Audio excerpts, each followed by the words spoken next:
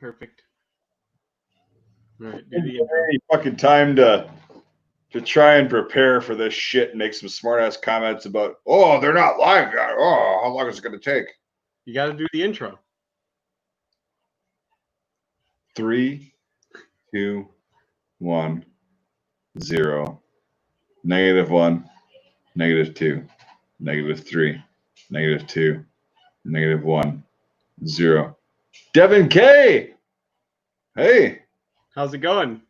It's been a quarter fortnight, or less than a quarter fortnight since we've spoken last. That's true. That's true. It's been a real shitty day with the heat. So yeah, it has been a bitch. Like this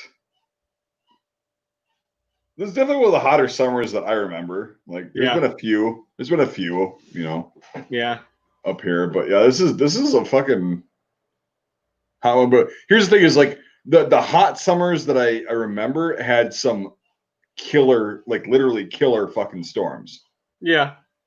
I mean, some places have this year, but not. Yeah, but no. I'm saying like in the years like when I was a kid and when I was like in my early teens, the storm or the years that were like this had some badass fucking storms. Like this year, it's been very sporadic. Like they've happened up here, and whatever. But so it's really weird to me that with the weather we're not having more badass storms. Well, and again, I'm not saying that they haven't happened because there was a tornado in fucking northwestern Minnesota, a big one, a big fucker. An hour north of me, my friend lost their horse shelter and their pole shed to the wind and storms. Right, and that's the thing is like usually when it's like this, there's straight line winds which suck. Yeah, and there's also tornadoes, and it's insane how little there has been up in Minnesota and Wisconsin this year. Yeah, it's just been hot. It's all it's been. It's been hot. But usually you get the hot that it combines with the northern the vortex of the dry cold air. But it's like this year that didn't happen, and I don't know why. That's weird. Yeah, well, there's always next year. Yeah, we'll see. But yeah, it's going to be, like the scientists were saying, this is going to be the hottest year of the decade, but it's also going to be the coldest winter of the decade. So, well, all right. Yeah, so stock up on your propane. Yeah, well, they sent me a thing to like pre-buy this shit. You got a contract that however many gallons you want to buy at this fucking summer rate, you've got, and then anything over that, I'm actually going to do that because it's a fucking great idea. I mean, it's not, even if you don't use it, you might as well have it, right? Yeah, well, that's the thing is like, if I buy 1,000 gallons, we used 800 last year. Yeah, but it was a short winter. It was a real short, mild winter. Yeah. Yeah. So if I buy 1,000 gallons, they're guaranteed to deliver 1,000 gallons. At prepaid costs. So if it's like $1.80 or fucking over $2, which it usually goes up to in the winter, one fill of that won't kill me. Yeah, so I got money banked. Rather have it and not need it than need it and not have it. So. Right, I think in the contract, I'd have to read it one more time, but like I think they because March 31st of 2020 or 2021 that it expires, and if you don't use all that shit, I think they just give you the money back. Yeah, I think I didn't read it closely. Well, that's not bad if that's how it works. But like back where I used to live, my roommate, he worked for a company. And they had an account for propane because that's how they like heated their warehouse. And he had access to their like finances. So he had their account number with the propane company. And so he could call the propane company and give them this account number. And they would come out and fill our propane. But rather than having him bill the company, he would just get it at the company's rate, which was like 50 cents a gallon, and then pay him in cash. Yep. So, yeah. And so we got propane real cheap. But Propane. Don't start the flame. Rick, you're in my fucking life, Julian. All I want is a little propane, just like everybody else. Yeah. I am the liquor. Julian, he pissed himself, didn't even know it. God, that's amazing. But yeah. Oh, I want to drink a water bottle. Well, that is one of. I'm glad you like that scene too, because that is one of those scenes. Like again, I've met everybody in Trailer Park Boys, and everybody knows that person that tries to like. Can I get a drink of water from your bottle there, Jimmy? Yeah. Frig off, Ray. Get your own water. No, I want some of Jimmy's water. That's kind of gets you fucking drunk. Isn't that right, Jimmy? Yeah. You're nothing but a drunk faking a disability. I mean, come on, Mr. Leahy. Like, just fucking, it's amazing. It's a great show. Yeah. It's amazing. Yeah. For anyone that hasn't seen it, it's a fantastic show. Well, dude, it's I was watching downhill in their more recent stuff, but like. Oh, don't watch past season 7 and Singing Into the Bad Guys. That's it. That's the extent. Don't watch any of their like live crap or their like movies where they go to like Europe and like America. Fucking awful. It's terrible. Those are bad. Don't watch those either. But I was watching Townsend's, I guess it's now Yeah. John Townsend's. Yep. Yeah, they're doing about the 18th century fairs. Mm-hmm. And the pictures they had of them drawn, like, what actually went down there. It seems like a colossal goat fuck.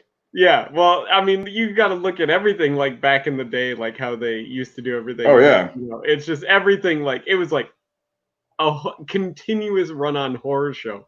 It must have been like back in like that time. So life must have just sucked, and somehow they're like, this is the greatest thing on earth.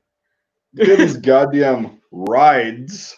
Yeah, it's like a fucking death trap. Like, yeah, well, it's like built this. Like even like school playgrounds, like the turn of the century. It's like 3 stories of rough metal welded together, and they're just like, go play, kids. Yeah, it's like okay. Even when you and I were kids, like I remember my fucking the slide we had, like the popular one where you got the most fucking speed was like polished stainless, like sheet metal. Yeah. Yeah, but on the side you had the curved under things that kind of started doing this. Yeah, and they're after so many kids jumped on it, and then it started bowing out. Yeah, it's like my whole fucking thighs, my hips would have been sliced open. Yeah, or also like when you sit on it and it's 100 degrees out and you literally just burn yourself because it's a sheet metal slide in the sun and you just cook. You're like red. But that's why you jump, because it doesn't hurt as bad when you don't hit the same spot for that long. Fair. And then you bow out the fucking the pinch welds, I guess, welds. And you probably like back in my day, you remember like all those playgrounds that used to be made out of like those big wood playgrounds. Those aren't a thing anymore. Because with the giant bolts. Yeah, because kids were like getting splinters and shit and stuff. Dude. Now they're all plastic. But here's the thing: is that's why I know how to pull out splinters, is because when we were kids, that was like the new thing, right? After the metal shit came out, they had the Thunderdomes, like the fucking triangular. Yeah, those are fun. And the worst one that maybe they were banned by the time you were there, the actual steel merry-go-rounds. I mean, the ones that but I see a lot of places where they used to have them now. Yeah. And they're not there anymore. They removed them, but the like base. Before we get into the wood, I want to talk about those fucking things. So those fucking things, you could get up to like Mach fucking 1, damn near. Yeah. Like with the G-force going around. Here's the thing: is they had bars that you could hold on to and all that shit. It always smelled of, good patina, good fucking. It smelled raw rust, like metal. A tin roof after it rains. Yeah. Right. It smelled like steel. Here's the thing: when you were tired from playing and beating the shit out of the other kids all day long, that fucking thing, you would fly off. And here's the thing: is there was sand around it. Okay. Yeah. But the sand was like this. So so here's the center of the merry-go-round. Yeah. The sand went like that underneath the merry-go-round from the wind and the fucking kids falling off and all that shit. So what happened to this one kid I saw, and I actually remember who the fuck it was because he wasn't like my friend or anything. We were on this thing and we got it going so fucking fast. And we were like, because we'd run along the side of the fucking sand, just run and get it. And then we jump on and like, whoa, we all go into one side so it would spin really fucking fast. Well, this one kid, it was like, I feel really bad because he just went, and you hear the thud.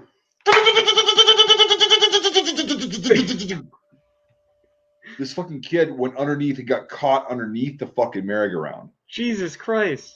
Like caught, like could not fucking move. And he was fucking bleeding and shit and Well, I'm whatever. sure. No, I mean, but this is like over 20 years ago. And I was like, I'm going to go home and tell my dad. And then I went home. My dad wasn't home. And it's like, by that time, I'm like, well, it's a mile and a half up to the fucking park. Like, I don't know what happened to the kid. He didn't die because I didn't hear of anybody dying in that. But it was like sad. And like, but he was fucked up. Yeah. From this merry-go-round. But that was like playgrounds back in the day. You willfully knew that going to play on those, that you could die doing this. Oh, well, did you though? And the swings, the rubber fucking. Yeah, it was like a tire at one point. Exactly. And it got like the little fiber reinforcements in it and like the metal riveted to the like fucking, actual rubber seat of the swing and like industrial chains. Yeah. And then they're made to be non-flippable. Au contraire. Yeah, and you roll over all the time. The second one of those chains like kink up or something, the thing fucking rolls. But it's non-flippable unless you flip the thing over 7 or 8 fucking times. It's shorter, and you get people pushing you from underneath. Yeah. Then it's flippable, and people get hurt really bad. Yep. Been there. Not because they actually flip, but because they release before they actually think they're gonna flip, and they fucking hit the bar, and then Were you also died? Where they had this like playground that was like, I remember it. It was the worst playground setup ever. So the swings were like really close to like the big like jungle gym set where you could like go up and climb and like the monkey bars and crap. So if you were really good, you could get your swing going really far and you could jump onto the top of the like actual and I've seen so many people like probably shatter a testicle or like knock their teeth out or like, you know, totally like strong arm themselves, like hit themselves in the Adam's apple with like a pole trying to fly off this swing and land on top of the jungle gym. Or just get like impaled like right in the sternum by like one of those gigantic railroad ties that this thing is made out of, you know? You're fucked, and there's you don't want to see like a pussy around all your friends. You're just like because all of a sudden you get this thing in your head like Barnes on fucking Platoon.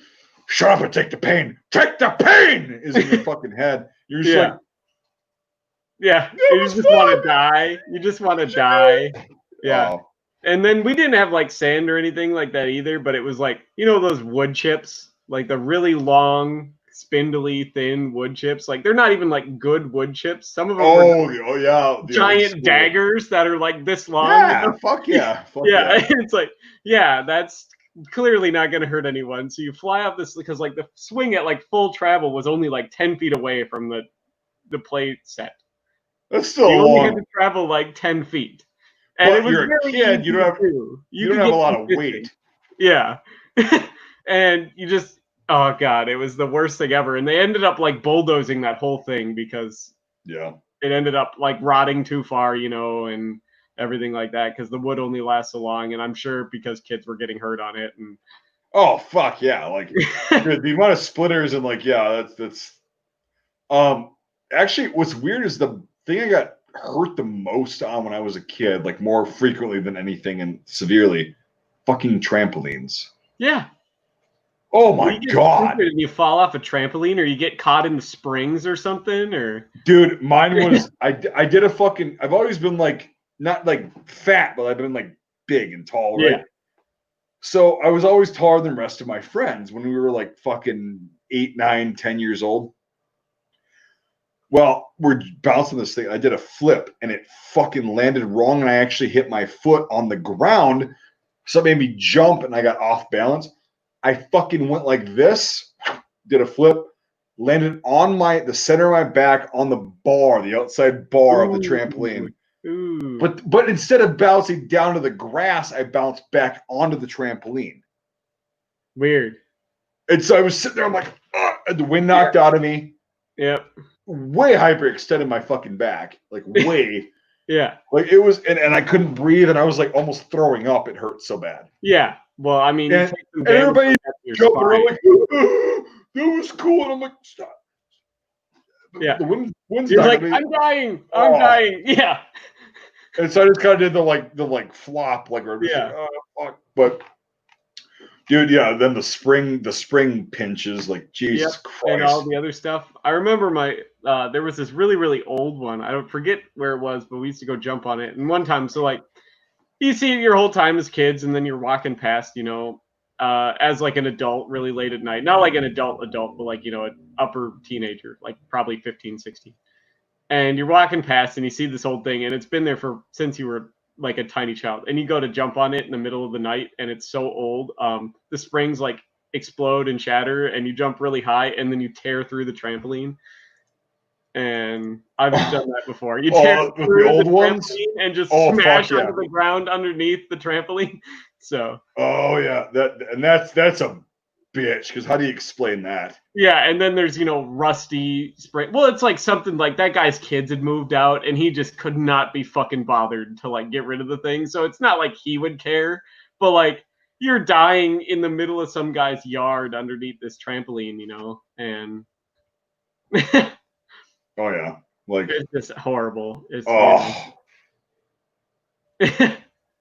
yeah, at 2 a.m, thinking yeah, you're a kid. Yeah. Oh my god, my parents, because they're gonna fucking kill me. Yep. So But I'm already dying. So what do I do? Yep, and then nobody could like hear you or see you because that guy hasn't like trimmed anything, so the grass is like reaching up to the trampoline underneath it, and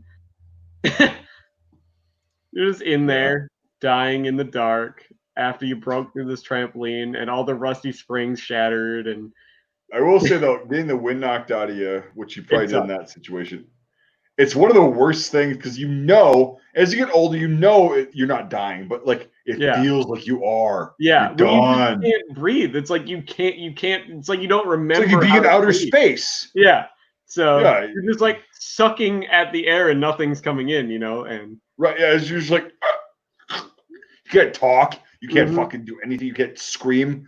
It's oh fuck. Yeah. Everyone's just watching tears pour down your face as the like color leaves your face, and you're just open mouth gasping,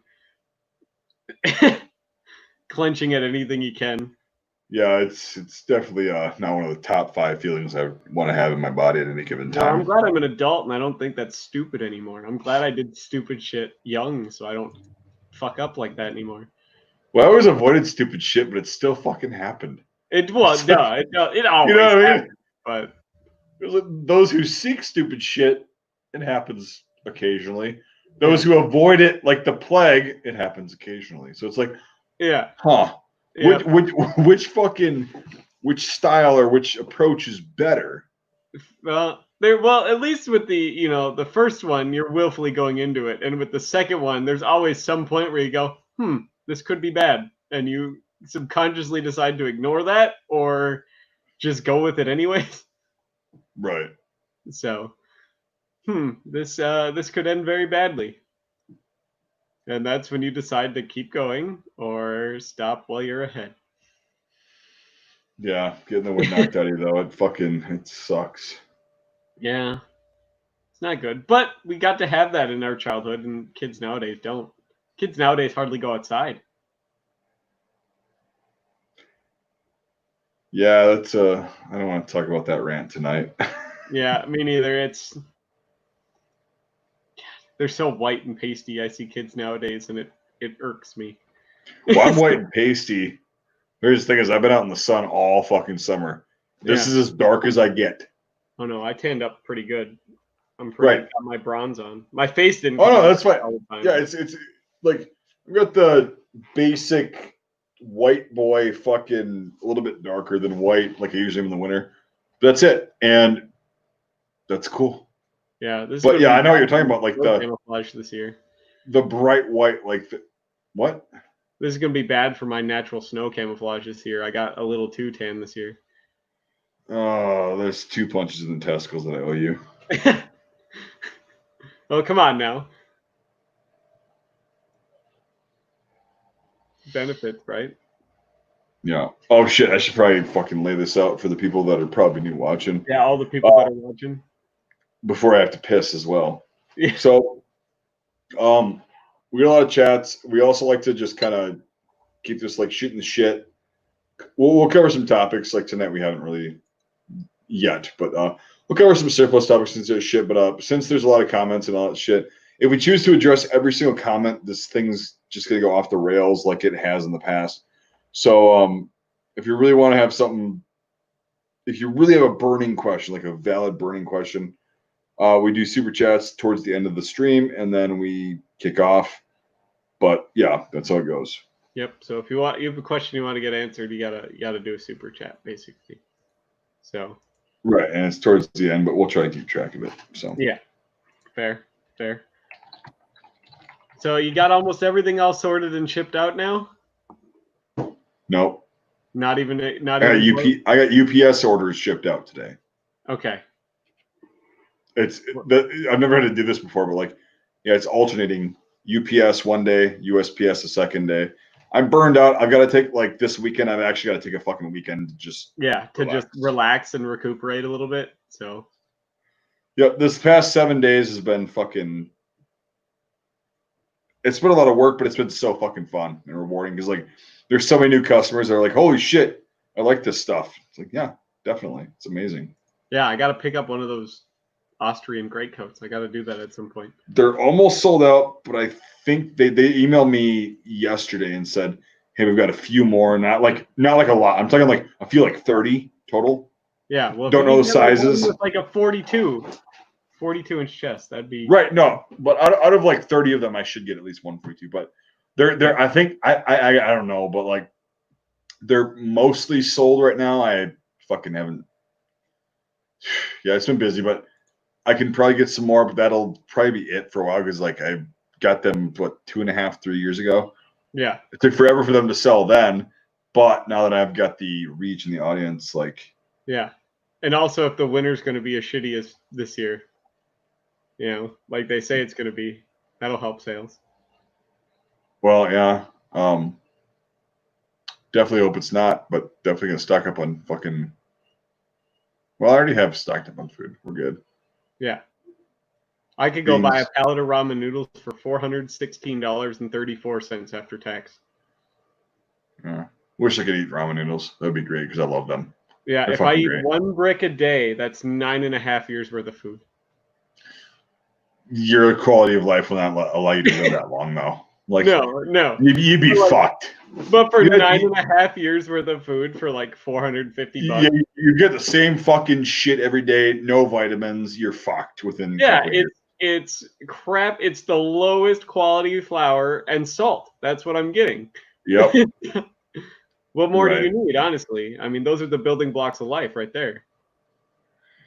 Yeah, I mean, I used to love. I used to be the weird fucker. Like when we were in Iraq and stuff, we used to get them, and I used to just pour the shit on the fucking dry noodles and just go brick and just eat it. Definitely done that before. Well, I'd split the brick in half. Yeah, because it's folded, So yeah, but yeah, I used to do that, and it was like, yeah, it's a good snack. It's a good salty snack. Yeah. But I wish I could eat ramen. If they came out with a fucking actual real ramen, like rice noodles, yeah, I'd be like, hey, we're back in the game, bud. Well, they have some, but you got to go to like the Asian market. We got a couple of them here in St. Cloud, and they have like actual like instant ramen from Japan. That is rice noodles, and it's like good, way better than like the Maruchan crap that's made in California. Maruchan and Top Ramen, it's fucking insane. So, right, I'm gonna take a piss. Perfect. I'll be back. Oh, and I don't know if I have any of my patrons on here or not today, but this is a piece that you guys have provided to the Smelly project. This is a brand new. This is the old version, the really, really old, like heavy version that's machined like beautifully. There isn't like machine marks or anything on it. Very, very early SMLE nose cap, and if you look at the front there, it is new old stock. It's not even serial numbered yet. So that is something that you guys, my like 8 patrons have provided so graciously.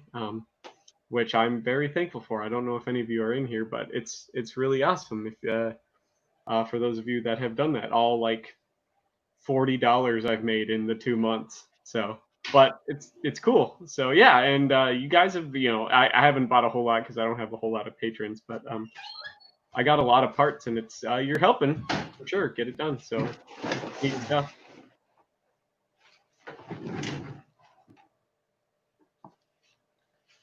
I was telling him about what I got today. I don't know if you saw it, but I got a brand new old stock. Oh, nice. Yeah. Not Nose even cap. serialized early pattern SMLE nose cap. Yep. Very nice. Got it for way cheap, and my patrons help support that. So usually some of them are in the stream, so I thank them for that. But perfect. Yeah, definitely. But goes a long ways. That's what all the Patreon dollars are going for right now, is helping me finish that SMLE and kind of recoup some of the funds from building that SMLE. So I spent a lot of money, but it's a cool fucking rifle, and in 10 years you're gonna be like, wow, that was definitely fucking worth it. Exactly. Yeah. Well, because like I said, they're not around anymore. Yeah. But like when we talked about it, and like technically I'm going to be like $750, $800 all said and done in this thing. But if I wanted to sell it instantly, it's a turnaround. It's $1,000 if I wanted to turn it around instantly. Yeah, but like even right now, you figure like a fucking plain Jane BSA fucking #1 Mark III Star is going for $500 to $600. Yeah. Just because of a video game, by the way. Yeah. So. And I see a lot of the nicer condition ones going for upwards of $1,000. So. Yep. And that's fucking ridiculous. That was one of the biggest jumps. And here's the thing: is why I was bitching about Battlefield 1 is because it wasn't like all milsurps jumped that quick. It was the Gavir 98. Yep. The fucking SMLE. Yep. 1903. A bunch of the pistols. Yeah, the 1903. Jesus Christ. Yeah. Yeah, the 1903 jumped from like $300, $400 to $900 to $1,000 like overnight. It's like one of the most popular snipers in that game was the 1903. Even though they fielded about 150 of them. Yeah, the worst part was they didn't even put the 1917 in that game, which is why they're still cheap. Yeah, I know, right? But that's a question I get asked a lot too. Like, what should be your first milsurp? And I'm like, well, first of all, where do you live? And if it's America, 1917. So yeah, 1917s are fucking awesome rifles. They really are. They're fantastic rifles, and they're one of the few affordable ones left. So and they've got some definite power too. Like when you shoot that fucker, you're like, I feel confident if I hit my target that thing is fucked. True, but like they're still kind of shorter and handier for a milsurp, but they're heavy. Yeah, they don't have a lot of recoil, and they're really bulky. Yeah, they're fucking. They're thick. They're like the kind of woman you want to have. Like exactly. Fucking not too short, not too tall, but fucking built, not fat, not fucking just skinny. Stacked where she needs to be. Just fucking solid. Yeah. Just solid. And it's the 1917. I mean, I want to get more of them, but I'm like, why? You already got one. You really don't need more. And you have a Winchester one, so like, come on. Yes, exactly. So, but like, I had somebody asking me today about 1917 bayonets, and they were wondering why they're so expensive. Well, and I was like, there's a reason I don't have one is because I was like, I'll just get one because they're all over the place. They're cheap. Yeah. Well, whatever that, and because of Battlefield 1. Yeah, but like now they're all over the place. Well, they're still common, but they're so expensive. And a lot of people were like asking me, and they're like, why are they so expensive? They're like half the price of the gun. And I was like, well, for one, because it's not just for the 1917. They used them on everything. The Americans, they had them for the Model 1200 shotgun until 2003. That was the standard bayonet for the Model 1200 shotgun until 2003. And they had to make more of them. Like in Vietnam, during Vietnam, they had to contract to make more 1917 bayonets because they were running out. Yep.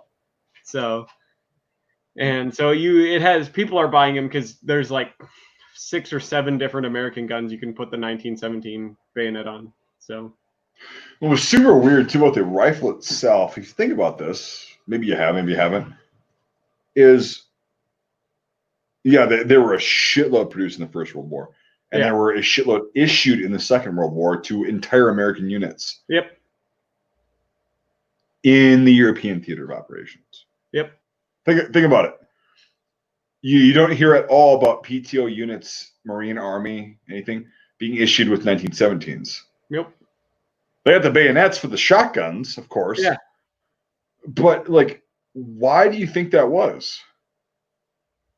Well, probably because it wasn't one of the standard service rifles. It was a secondary rifle, technically, on paperwork. So it was the 1903.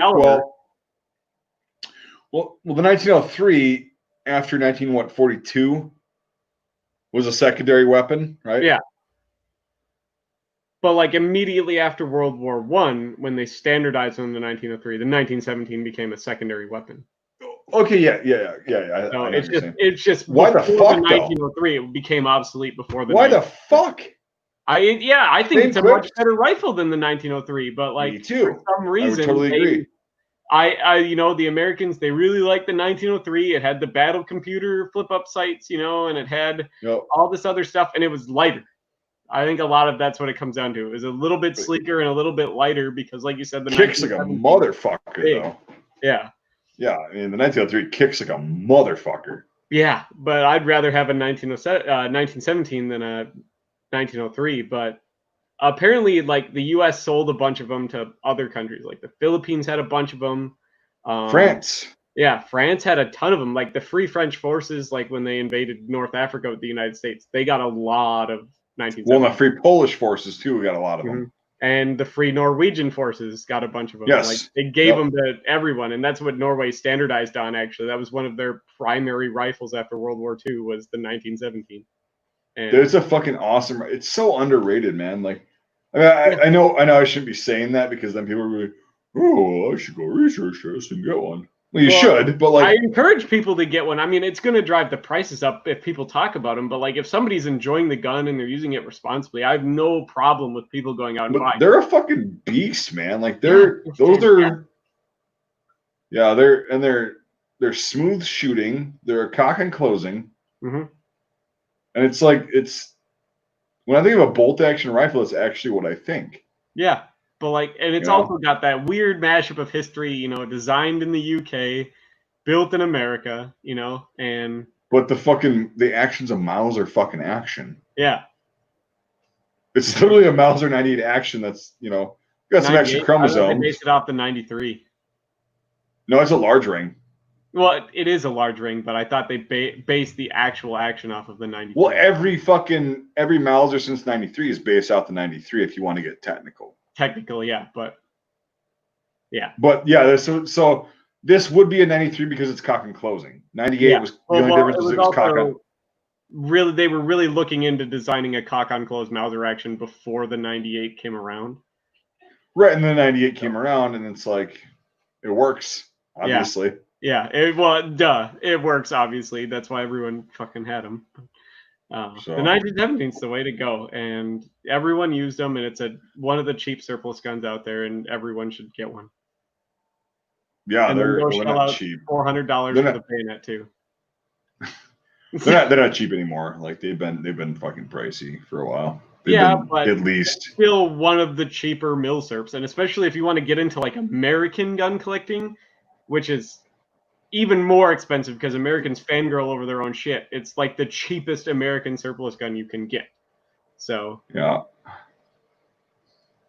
but it's a great rifle. I love it. Yeah, they're definitely great. And you get 6 shots instead of 5, and if you want to put one in the chamber, you can do 7. So I said, dude, out of any rifle in World War I, everybody's like, well, the SMLE, you get 10 rounds. I'm like, yeah, but I'm not as effective with the sights. Yeah, and they're also those magazines aren't reliable because they stick out and they dent all the time. And it kicks more. Yeah, and the fucking rifle kicks more because it's shorter and lighter. Yeah. So not a bad rifle by any means.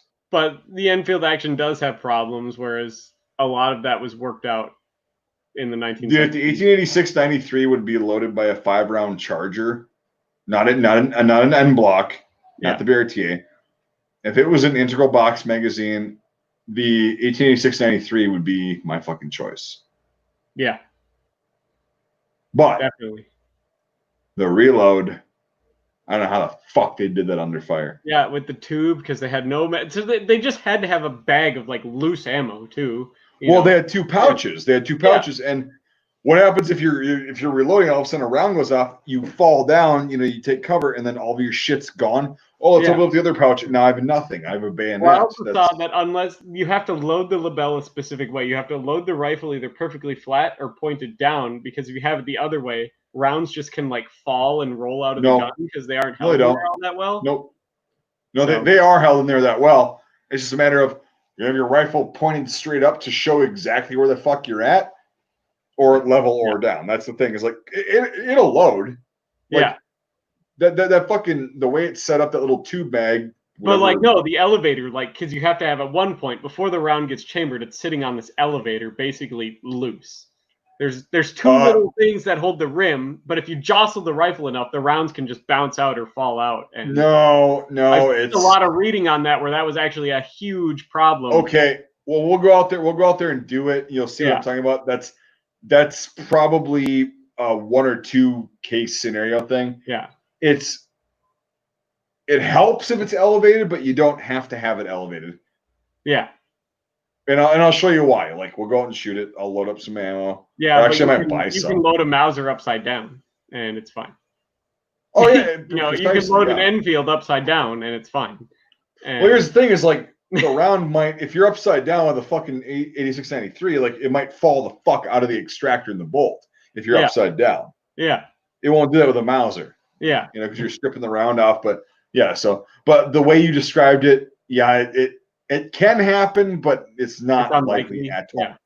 Very unlikely. French also were really worried about crap that really doesn't have, like the whole tip to primers thing. Like, it makes sense on paper, but like they literally design specific ammo. But here's the thing: is like if you drop the rifle, if it's shocked, if it's got a concussion going off, and it's just that finite amount. Yep. That makes more sense than what you just told me about like the having to tilt it back. So it is what it is. Like, the label has got a lot of flaws. Yeah, well, and it was fucking the first smokeless powder rifle, but it's actually like the last black powder rifle, just updated to take smokeless powder. No, all of the features in that rifle, other than the propellant of the ammo, have already existed in black powder. Yeah, but it was way higher velocity and smaller caliber. That's the thing. True. Way smaller caliber. I would rather have the 1886 Mannlicher than the 1886 Lebel. Even though the 1886 Mannlicher is black powder. Yeah, but you're arguing semantics here. Like, okay, so because it has a fucking a packet clip. Yeah. Right.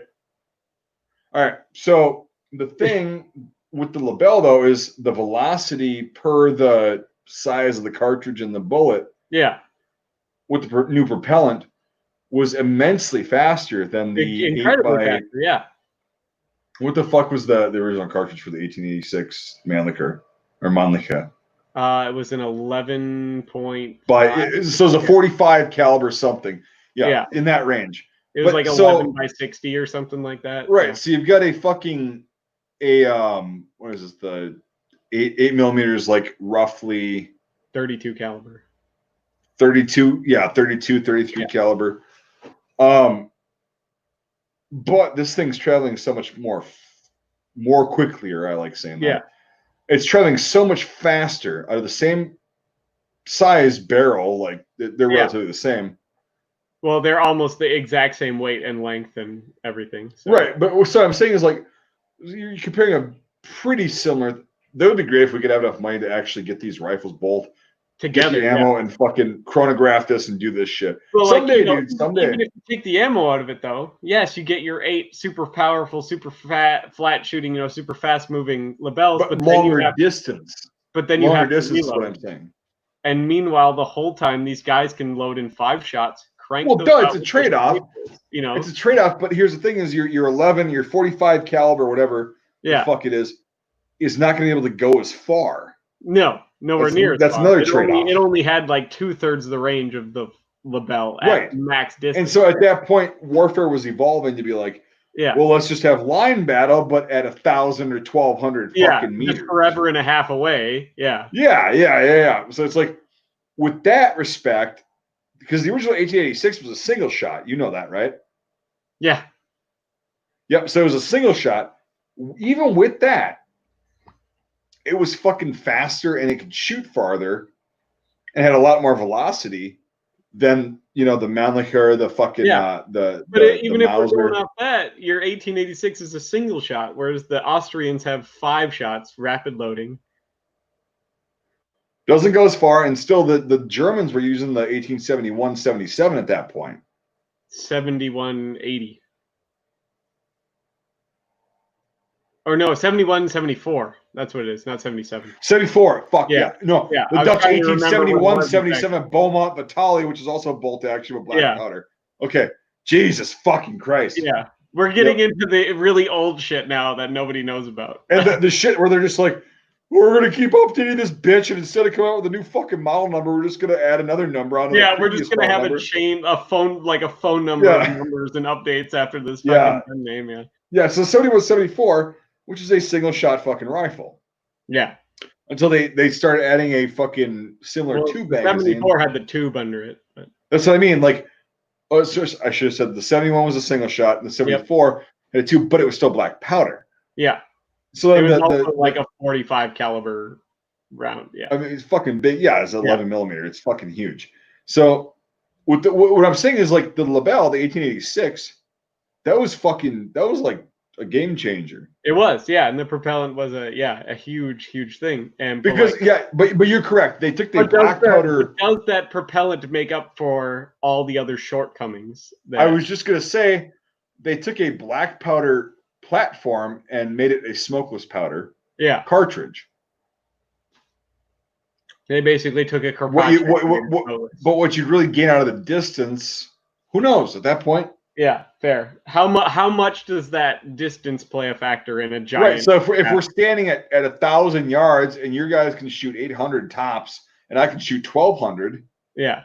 Albeit loading singly. Yeah.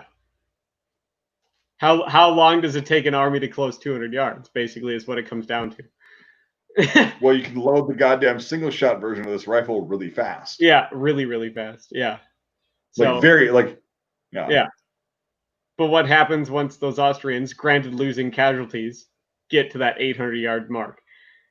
And they that's what you got fucking bayonets for. But here's the thing. They've been taking casualties for 400 fucking yards marching. Like, there's not going to be as many of them. Casualties. Yeah. And that's a fucking bayonets for, bitch. Yeah, fair. Well, and the French were very hard to beat with their 6-foot-long bayonet and rifle combination. That was pretty hard to beat. No, it's just I was just thinking about that. Like, the Lebel was a great.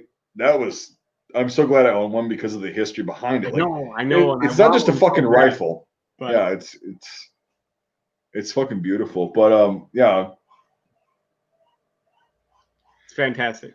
Haven't ever shot one. Well, I just had our friend up at the farm shot it for the first time. Well, with Machine Gun Mike, the guy with the Sten. Yeah. And they were both really surprised with how fucking accurate and like pleasant it was. Yeah. They're like, holy fuck, like I love this thing. And they're like, where can I get one? And I'm like, you can't. Or Machine Gun Mike didn't ask me that because he knows the answer. Yeah. But the other guy, like his farm I go to, he's like, dude, I kind of want one of these. I'm like, good luck. Yeah. So your best chance of getting one is going through the 4-month process and shelling out all the money to get one from France. Right. So, but like that's going to set you back $3,000 minimum. Yep. So. Yeah, they're just not available here, especially because of Battlefield 1. But like even before that, they were getting pricey. There's still a shit ton of them in France because I actually looked into it, what it would cost to get one sent from France. And well, hey, maybe they'll start up a contract where because it's an antique, they find some like Sentry or somebody goes, I want to import them. Well, that's the thing. France has rules about that to a degree. I'd have to find somebody who has one personally that is willing to fill out a bunch of French paperwork. Oh no, I'm saying like maybe a big company, and I have to go to the U.S. and fill out import paperwork. Yeah, no, I know how the process works, but like I'm saying, maybe at some point they'll get sick of storing them, and some big company like Century will be like, "Hey, how many do you have?" Nobody has any big stocks of them in France. That's the thing. They're all in just public hands in France too. I have to find somebody willing to sell me one. Yeah. Well, then fuck that. Because so they're not going to be imported. I have to find a guy willing to sell me one, and then willing to do the paperwork, and then willing to find a company that will ship a gun to the United States, which is probably $500 minimum. Well, you don't need to do that with an antique. I have to do to get it out of France. That's the thing. It's the France side of it, not the U.S. side. That's stupid. Yeah, it's the France side, because there's only like 1 or 2 companies in France that are allowed to carry a firearm through post, and they're not cheap. But it's not a firearm technically; it's a fucking antique. In France, it's a firearm. Yeah, of course. So yeah, it's that whole French side of it that makes it difficult. But like apparently, to get the export permit in France, it only takes like 2 weeks. But in the United States, to get an import permit, I have to wait like 3 months for this to come through and everything. So for a firearm, even though it's an antique, and then to have it imported to where that serial number is now in U.S. things that's saying, yes, this gun with this serial number is technically in the United States now, and they have to log that, and then it can come to me. So I'm gonna open this up really quick. I got this. I won this, and I was thinking about selling it because I already have one. Okay. But I'm wondering, Jesus fucking Christ, there's the scissors. All right. Trying to tear this shit. It's very fucking tough. So you probably don't give a flying fucker shit about this, but I sure do. If I even know what it is. I don't know. What I'm saying is like it's in your size. Okay.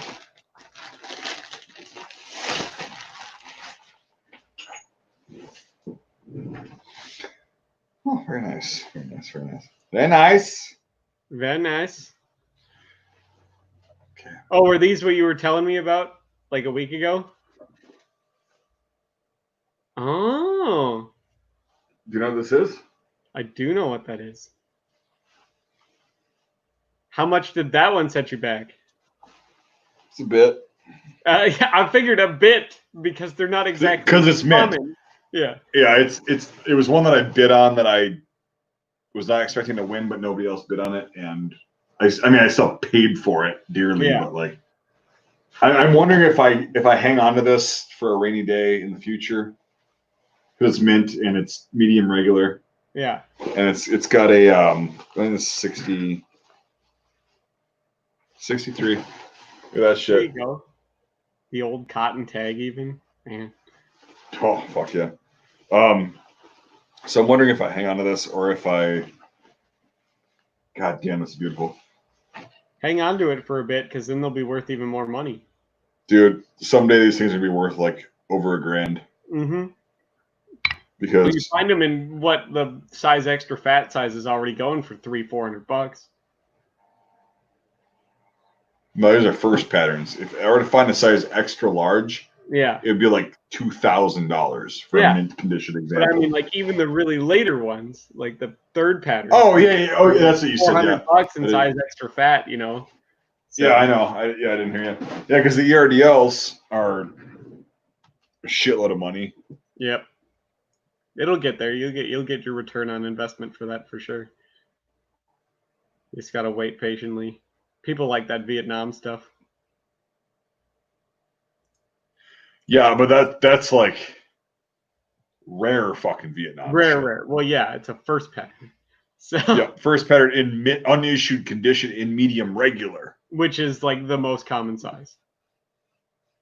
But it's also the least common size because everyone used them. Yeah. Yeah. So, fair. That's the problem I'm having finding crap is medium regular is the most. Well, that's the thing is like most common size, but Right, like we were talking about a while back, is like sometimes I get lucky because like those jungle boots, for example, the 68 dated fucking the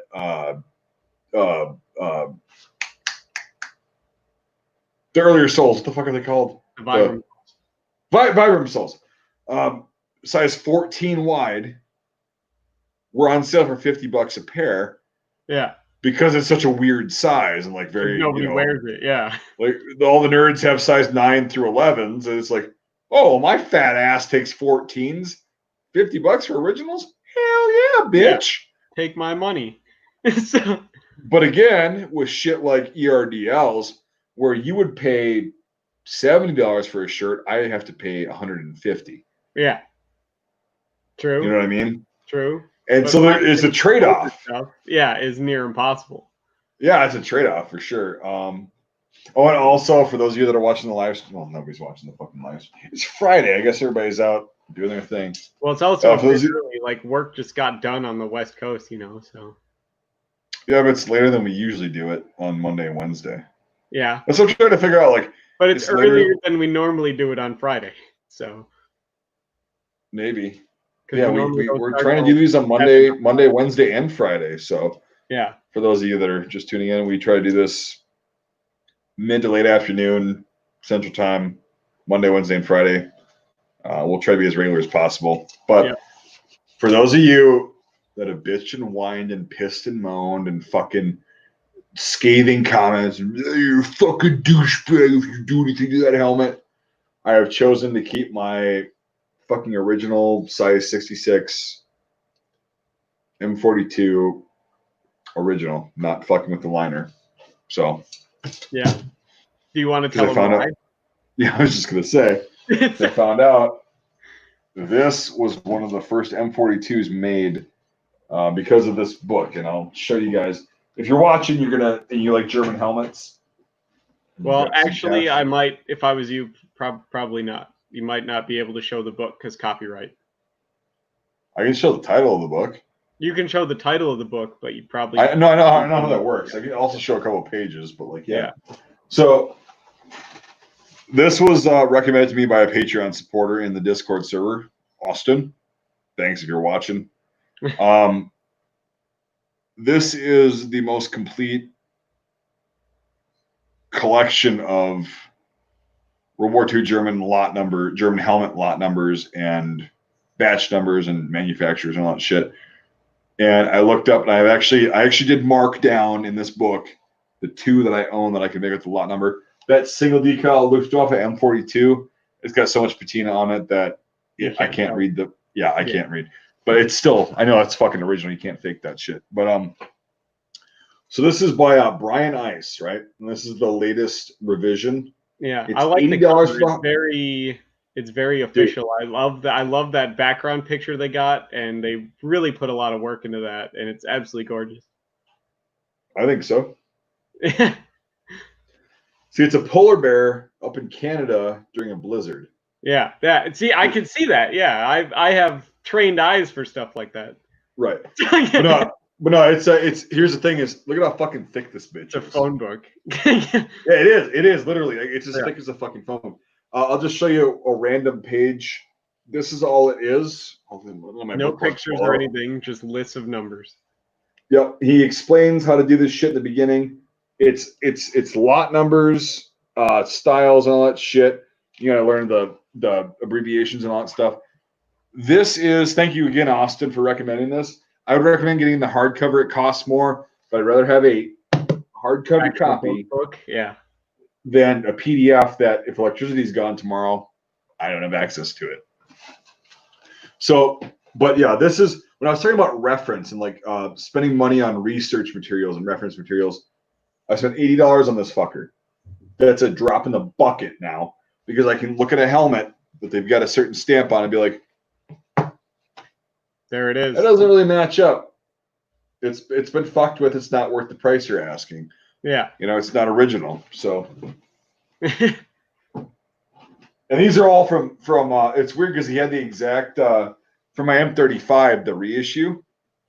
I don't know if it's because these are from observed helmets, right? Yeah.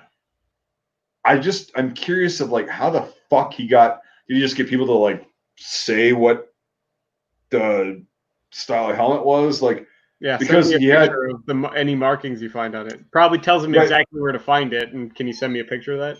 Yeah, hi Cody. But he had both of my helmets on there, both of the exact like lot numbers, sizes, and all that shit. And the M35 was deemed a reissue in 1942. Painted with fucking, you know, the paint. Like I said in my video before I even knew about this book, it was, but it was also deemed a no decal. Interesting. So mine's a double decal. Yeah.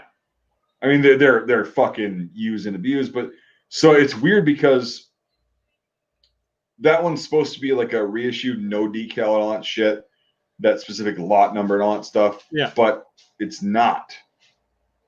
So was that the helmet that was used for this book, or was it not? So again, this is going to be the most complete fucking reference book you're going to find for that. That being said, it's not perfect. And he said, oh, he has so many disclaimers in this shit about this is not like the Bible of fucking. Yeah, there's a lot of parts missing. You know, a whole world war, records being lost, and a whole occupation and stuff. Like stuff's going to be missing, probably huge chunks. And yeah. But yeah, that's a really good reference. So, and it was just mind-boggling. Even me, like I'm looking through this, I'm like, Jesus Christ, I don't have the like does not compute. Yeah, I have to sit down and like absorb this. Yeah, that's a fucking. I mean, that's worth $80. I'll tell you that. That's all it was. That's not a bad price. Yeah, shipped $80. Interesting. I've spent a lot more on books than that. Well, so have I. I've spent 150 to 200. Yeah, on books before, definitely. So. Right. I mean, I got a $120 book on the Ross, and you know that's expensive because that's only covering a family of 3 rifles. So. Yeah, but I mean, one someday, like it'll pay off. Yeah. It's also just good to have that shit. I like books. I like books are good. The activity of like looking through a book versus scrolling. It's like yeah. It's a lot. And you're not hurting your eyes staring at a screen or anything either. Well, you know. Yeah, and like this thing, like I've already got fucking bookmarks in this bitch, right? Yeah. A couple of them are to my helmets, and then a couple of them are to like the things that I wanted to go over and all that shit. So check out and make sure. Yeah. Good stuff. Good stuff. No World War I helmets in there though. Well, no, it's. I know. I know. It's lot numbers 1935 to 1945. They still had World War I helmets, like when Germany annexed Austria. They got all of those World War I. Again, the title is German Helmet Lot Numbers 1935 through 1945. Yeah. So those helmets that were made before 35 are not going to be in there. Fair. Yeah. So, I mean, but he was very specific. More information. Why not tack it in there? You know what I mean? I think there might be. I don't know if there is a book on the World War I because they'd have to tack that shit down to like the fucking day and the month for it to be interesting. Fair. Because you know, like the M16 started in like kind of like the spring to early summer, like halfway through the year of 1916. Yeah. The first time it was actually like seen by the Brits or the Allies was in the Battle of the Somme. Yeah. Right before that, where they actually like the Germans went across and said, "Hey, you don't want to do this," and they were wearing the Stahlhelm, and the Brits were wearing the fucking Brody. Yeah. But they saw the Germans, and they were like, "Yeah, they're gearing up for something." So, yeah, it's a fucking scary looking helmet, and it is. It's a fucking intimidating looking helmet. It is a very intimidating looking helmet. But so anyway, long story short is the 16 was produced from mid 1916 to mid to almost late 1917. Also, they came out with the fucking aluminum band, the zinc band, the extreme with both. 1917 and then 1918, it was like, well, that chin strap doesn't work. Let's just incorporate it into the fucking liner and then remove the posts and all that shit for saving materials and all that shit. It's like, so you've got a general idea of like the months. Like, I don't have an 18 because I can't find one in 66 yet. But I've got the 16 and the 17. It's like, well, you can guess. Yeah, true. But like then you got like the weird other contract ones, like the the weird like free core ones in the Austrian 1970s. The Frycore ones? Yeah. No, they didn't make helmets after 1918. They did not make them. Those were all leftovers. Yeah. The Treaty of Versailles forbade them from fucking producing helmets. Yeah. But they have all those like weird visorless ones, and that was a Turkish contract. They only made a few of them. Yes, but they were still made. It would be cool to put in the book. Yeah, no, I'm not disagreeing with you. I'm just saying like it's a lot less material than like this is 10 years. Yeah, and 5 or 6 manufacturers. But I mean, if they're making that book, helmet. why not add a like a few whatever at the beginning just to cover it's already this goddamn thick. I know, right? But like, you might as well just have all German helmets if it's not that much more information. No, but why not pack it on there in one book? Right, but to be fair, Devin, like this guy, Brian, this is his life. Yeah, that's a vast topic. Like people are like, well, it's only 10 years of. If you get as far in depth, in detail as this man did, that's your entire life. You can't afford to fucking do anything besides that. Exactly. I get it, but like, and also I wouldn't want to read a book that's got all the fucking German help. I'd want to have different books. Yeah, fair. Like it's serious. Yeah. Right, and like so, if you want to learn from 1916 to 1918, this one. They didn't produce any until 1934. Well, they actually did a lot of stuff until 1935, but they just kept fucking they kept refurbing all the shells from World War I. They refurbed a lot of Austrian shells because the German ones ran out. Yeah, and then they were like Austria, and that was their standard helmet still, and they took all of those. But anyway, no, so that's why it's fucking sweet because it was like. But I guess I'm just gonna leave that fucking shell. Beautiful shell. Yeah. God, thing's fucking beautiful. Like it is. Especially my size. Like it's your size too. Like yeah. This is fucking beautiful. There you go. Well, I wear a 64, but you said you have a 58. Yeah, I wear a size 58. Right. This is 58, 59. Okay. What size is the shell?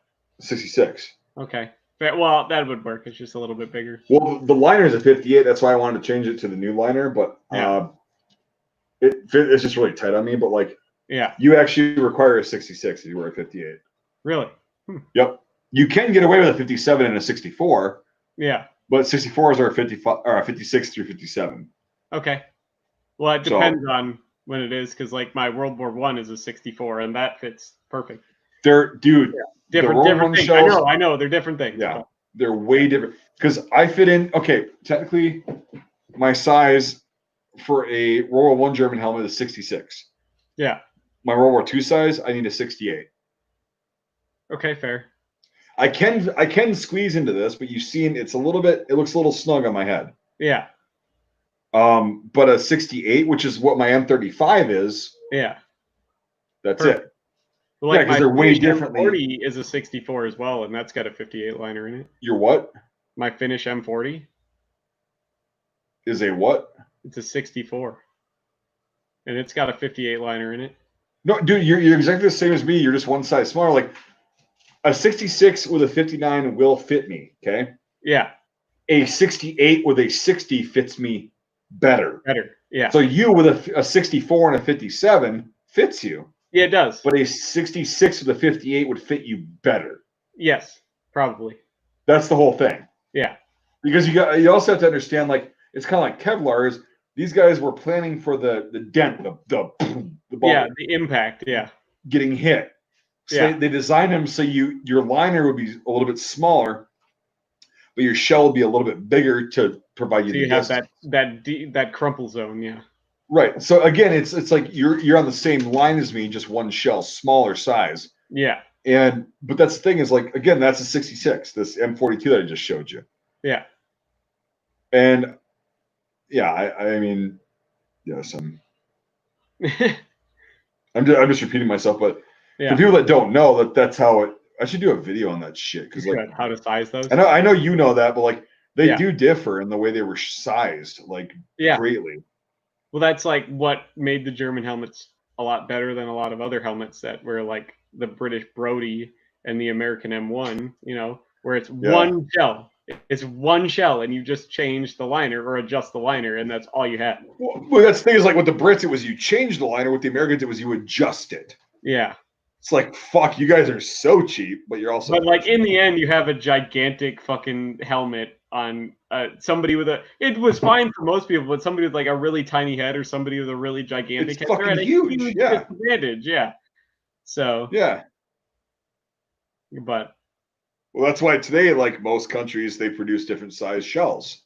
Yeah, fair. Because they realize one size does not fit all. Or you could just even with a fucking adjustable liner. Basically have a bucket with pads in it. Right. So, but that worked out pretty well for them. But they still had sizes.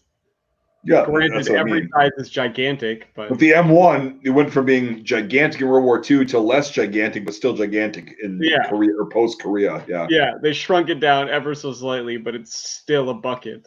It's still a fucking with an adjustable liner of one size fits all. Well, okay. Yeah, but like you see all those like emaciated guys, like the Marines and stuff, and like that they're like skin and bones, and the thing's like an umbrella on them. You know, it's like their M1 is gigantic. They look like just a giant penis standing there with their M1 on their tiny, scrawny little bodies. Yeah, it's knuck and futz, man, for sure.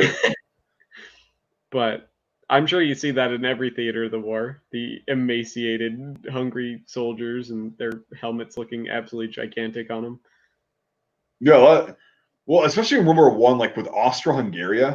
Yeah, they or Austria-Hungary, the Austro-Hungarian troops. Yeah.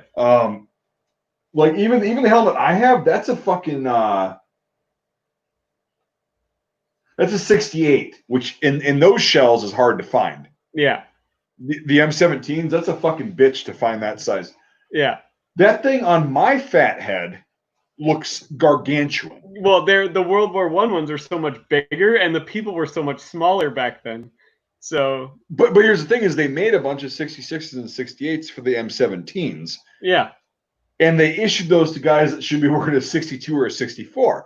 Yeah. So when you look at the pictures, it's like it was like you're wearing a fucking like an umbrella on your fucking head. You just have this gigantic thing on your head. Right. Yeah. It's like, well, the helmets aren't really that big. It's just their fucking heads were a lot smaller and they were emaciated. Like, especially the Austro-Hungarians. At the end of the war, you're wearing cardboard shoes and your uniform's falling apart the second they give it to you. And you're trying to cook rats without getting worms. And and you're a child and they hand you this, bucket to put on your head because it's all they have. And right. They're like, get out there. Watch out for that mustard gas. Well, I might call this, but like, do you want to head on Discord for a bit? Yeah, we could probably do that for a little while. No, I mean, I don't want to stay too long because I obviously got to work, but we could do that. The first week you don't mention that shit, I'll knock one of those kicking you in the fucking testicles off of the list. Well, I'm just saying that like normally like I try to get in bed by like 8. That's kind of my time. You said 9. Yeah, I can push it to 9, but like I try to get into bed by 8. That's why I said try to. Okay. All right. So, yeah. All right. So we'll call it. Thanks for watching, everybody. Do appreciate it. It's a Friday. God, it's dog. Oh, and thanks to the one person that became a patron of mine. I appreciate it. I got one like during this stream. Yeah, somebody during the stream became a patron of mine. Well, fuck, it's definitely worth it then. Yeah, so I appreciate whoever that was. I don't want to say your name because your screen name's different than your actual name, but I appreciate it. Yeah, they can say first names, right? Because there's a lot, unless it's like super John, fucking unique. Thank you, John. Well, it's probably John Townsend and Sons. Yeah. Son. Well, he's a pretty cool guy, but I don't think he'll be my patron supporter. He's like a more laid back, older, wiser version of you. He's like a hippie, yeah. He's like if I was John Townsend. Yeah, if I was a hippie, he would be me. Well, shit. Okay, so you just pulled one of my fucking my longtime viewers as your patron. So really, I did. No, that's good. That's fucking fine. Like, yeah, no, that's why we do this. Like, we're both in this together because we. Oh fuck. I fucked up. I thought this weekend we were going to go and set things up. This week flew for me for obvious reasons. Like it was, I forgot literally what day it was because I was working fucking 18 hours a day. Yeah. You were very busy today. Yeah. And the whole week. Yeah. Little knuckin' futz. And it's going to probably be a little bit busy still, but yeah. Cool. No big deal. So yeah, when you have your vacation, though, we'll actually set that up and we'll do some helmet ballistic tests because I'm itching for that shit. Yeah, I just hope because it's August that it's not gonna be fucking insanely hot and terrible. Well, if it is, we'll just wear body armor to mitigate that. Yeah, fair. We could do that. That's how it works. Oh God, it's we could do that. Yeah, it's been a hot bitch this year. So yeah. All right. Yeah, cool beans. Why don't we take about 10, 15 and then head on Discord for a bit? Let's do it. All right. Thanks for watching, everybody, on the live stream. And if you're watching this later on, fuck you. That's right. You didn't watch it live? Channel, if you don't know who I am. Devin K. Yep. Fucking look him up. He's actually got his own handle now. Why I say fuck you is because if you see this and you're watching this after it's streamed, I want you to comment below with, I watched this and fuck you back, Mike. I just want to see who watches this shit. Like, that's fair. I turn shit on like this, like just in the background. Yeah. And if I go fuck you, they're gonna be like, somebody's gonna be like making dinner for their kids, and they're gonna be like, fuck you. It's just gonna be in the background. What did I do? Yeah. Fucking spaghetti. I didn't even get the garlic toast started. You're gonna get to like the first comment's gonna be that person. I had you on the background, and now my kids had to hear you swear and blah blah blah. I think that's wrong and made several disclaimers. Your kids shouldn't be watching my fucking channel. So yeah. Well, they weren't watching anyway, yeah, I was watching it, and they were just around. Yeah. Right. All right. Thanks for watching, everybody. If you're a Discord person, because the Patreon, we'll see you on there in a few minutes. Like it won't be like last time where we both said, "Yeah, let's go on Patreon," or not a Patreon, Discord, and then we both like fell asleep. That was a fucking horribly hot day, and we were both. Yeah, sure was. Day, though. That sucked. But yeah, we'll see you guys on Discord in a bit. Later.